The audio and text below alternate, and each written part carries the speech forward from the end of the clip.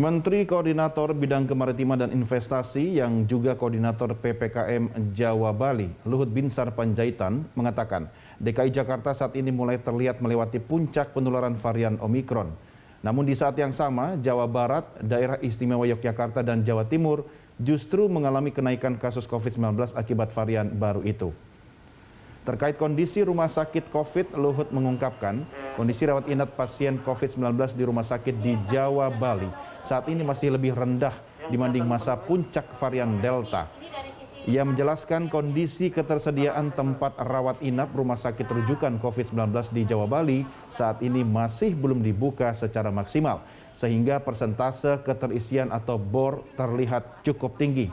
Menurutnya, jika kapasitas maksimum digunakan, maka bor akan jauh lebih rendah. Meski demikian, Luhut meminta masyarakat tidak menilai pemerintah menganggap enteng hal ini. Ia pun meminta masyarakat tetap hati-hati, namun tidak perlu takut secara berlebihan.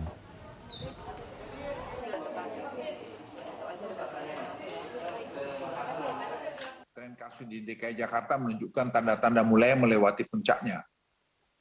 Baik kasus harian, kasus aktif, maupun rawat inap mulai menunjukkan penurunan. Namun peningkatan mulai terjadi di DIY, Jawa Timur, dan Jawa Barat. Tetapi itu pun masih di bawah puncak Delta. Tidak hanya kasus, jumlah rawat inap rumah sakit di Provinsi Jawa Bali sebagian besar masih jauh lebih rendah dibandingkan dengan Delta.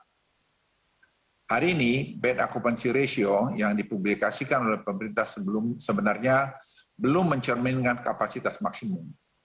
Jika pemerintah menggunakan kapasitas maksimum tempat tidur seperti yang terjadi pada puncak Delta yang lalu, maka bor yang Anda lihat akan jauh lebih rendah.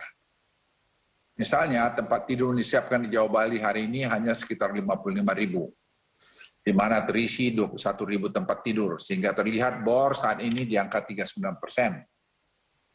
Bila menggunakan kapasitas maksimal di angka 87.000 tempat tidur seperti saat Delta, maka bor hari ini di Jawa Bali hanya terisi 25% saja. Angka ini masih jauh di bawah standar WHO, yaitu sebesar 60%.